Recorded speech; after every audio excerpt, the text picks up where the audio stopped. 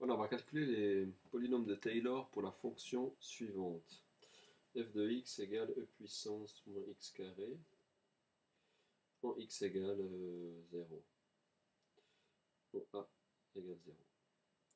Donc la dérivée de ceci s'obtient par la règle de composition, le chain rule. Donc c'est moins 2x fois e puissance moins x carré.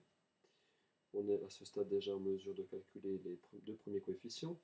Donc e puissance moins x carré en 0, ça fait e puissance 0. Donc 1. Et la fonction f' évaluée en 0 nous donne 0. On continue la dérivation. Donc là, on a la règle du produit à utiliser.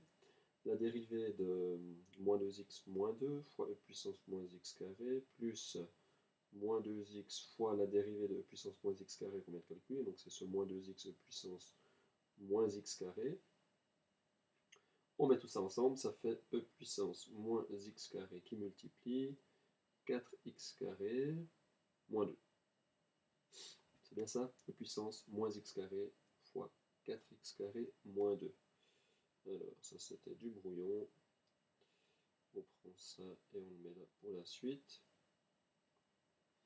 Alors, ce e puissance moins x carré fois 4x carré moins 2, si on l'évalue en x égale 0, ça fait 4 fois 0 moins 2, moins 2 fois e puissance 0, ça fait moins 2.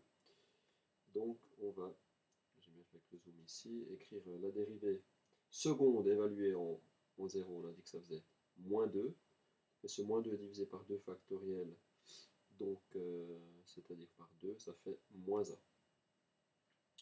À ce stade, on peut déjà écrire les polynômes. On a P0 de x qui est premier coefficient 1, donc c'est 1. P1 de x, c'est 1 plus combien de x? C'est 1 vaut 0. Donc c'est 1 aussi. Je l'écris ici le suivant. P2 de x, c'est, pardon, c'est 1 aussi. C'est 1 plus, pas de terme en degré 1, mais en degré 2, on a moins 1, donc moins x carré. Moins 1 fois x carré. Et on peut continuer ainsi. Avec la dérivée troisième. Mais cette dérivée troisième, c'est un peu, bon, on peut bien sûr le faire, c'est un peu ennuyeux, donc c'est l'occasion de vous montrer un super petit site qui s'appelle Wolfram Alpha.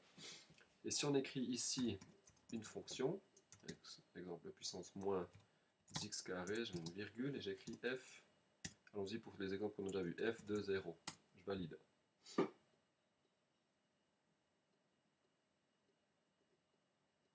prend un petit peu de temps.